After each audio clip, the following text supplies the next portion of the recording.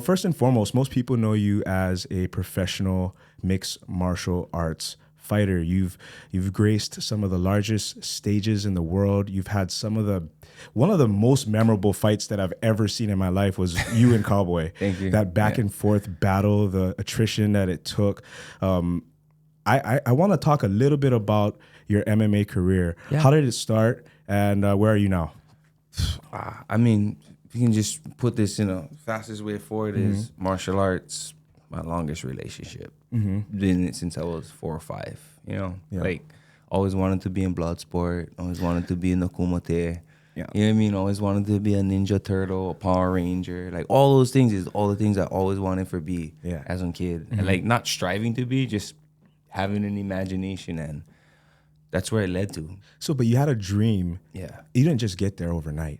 Yeah. What did it start with? Did it start with boxing, karate? Karate, Kempo, Universal Kempo Karate schools under Martin Tibu, my grandmaster, and my uncle, my great uncle. And yeah, that was the start. That was the seed. Yeah. That's what led me to be where I wanted to be. But I wasn't thinking like that as a kid. Like I wasn't like, oh, I gotta be in the like high school. I wasn't like, oh, I gotta be in UFC. I just was like, oh, wow, great, BJ Penn's on it. Like I admired all of them. I still had that martial arts outlook, but I wasn't a fighter. I wasn't trying to fight people, and like I just liked to compete. I wrestled in high school because that was the closest thing I could do besides karate. Like, or for me at least at that time. I also know that you're pretty proficient when it comes to jiu-jitsu. Yeah, and was that something that happened later in life? Later, when I started my MMA career, that's when I started pursuing like jiu-jitsu more. Was that Gracie Techniques? Gracie Techniques. Rylan. Yes. That guy's on hammer. Oh yeah, he's the modern day Buddha for me. Yep. So in the same bullpen as like Max Holloway, all the boys. I feel like a lot of the locals always come and just cross train with us too over there. We're not really necessarily an MMA gym. Yeah. It's a jiu-jitsu gym. And we have Muay Thai too, Legacy Muay Thai, and that's also Ivan Flores. That's also Max and I striking coach. Okay. So yeah, it's not an MMA gym. We come from a martial arts background more than an MMA background in that sense. And the beautiful thing about mixed martial arts is that that's where you put all the disciplines together. Yeah. Right? That's where it becomes art more. Yes. So looking at mixed martial arts as an art, can you explain that a little bit? I think it's more of a self path of how much you want to test yourself. Yeah. Now that I'm getting older, I'm 37 now. Like I really do feel like, for mental health as men, it's always good to test yourself in whatever form of competition, whether that's chess, gaming, like anything that gets you anxious and, makes you excited and gets that butterflies in your stomach and that form of competition and nervousness. I really think is healthy for us males. True. I like that you said chess because mixed martial arts is kind of like chess. It is. Well. I mean, to a point, after a while, like you can't just be the bull. You gotta be a matador too. It's like when you can't just be the lion all the time. You gotta know when to be the mouse. True. Right? Yes. There's both fields, when to do it and when not to do it. Yeah. 100%. So that's what I'm learning. That's the thing. It's always I'm still a white belt, bro. You're still a white belt. Forever a white belt, right? That's a great mentality. So, there's the technical aspect of mixed martial arts and like, understanding jiu-jitsu and striking, all the theoretical aspects of it. But there's something that I think that you have that is very apparent when watching you. It's your heart. That's a whole nother aspect because you can have all the discipline and all the technical ability, but if you don't have that dog in you or the lion that you were talking about, you're going to fall short at some point. Yeah.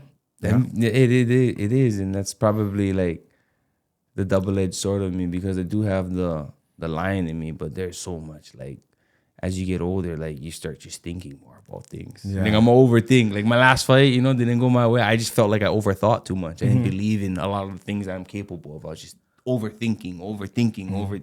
The simplest way I can put why I felt I didn't win is because I was overthinking too much and just didn't let it flow. Can you give us some insight as to the mental aspect of preparing for a fight, leading up to it, actually walking out to the ring? What's going through your mind? That part is just all excitement, like because it's the same thing as nervousness. My body just like getting ready. Like I love being in front of cameras. That's not something I'm not afraid to do. I love being behind it too, and looking at it from another perspective. And just when it comes to entertainment, like I love it. Whether I'm doing it in front of the camera or behind, like I appreciate entertainment. Like I really do. And it's like I know I have a role to play. Yeah. As much as I want to be a martial artist, like, and have the respect, like, people are watching me and they're going in there for me to see me kill. Yeah. Right? Like, as much as you want to look at it as a sport or whatnot, like, you don't see football players walking up to another player and punching them in the face just because it's for something, right? Like, in our sport, that's what it is. It's brutal. You're modern day gladiators. Pretty much, really. You know? Yeah, like it is. And it's like, I know what I signed up for, so I don't complain about it. You know, I know what I signed up for. I love it. I love it. So I want to make a relationship. So in my journey in becoming a better interviewer, I want to ask for your advice. You know, it's very similar to going into a fight.